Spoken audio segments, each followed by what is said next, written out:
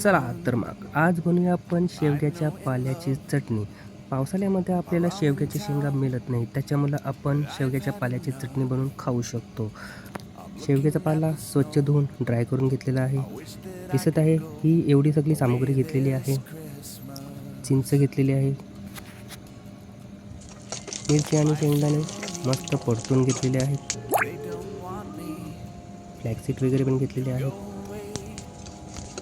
सगळं सामग्री मस्त परतून घेतलेलं आहे. कढीपत्ता परतून घेतलेले आहेत अशा पद्धतीने. आणि अशा तऱ्हेने मस्त स्मूथ अशी शेवग्याच्या पाल्याची चटणी रेडी झालेली आहे. तुम्ही बघतच असाल.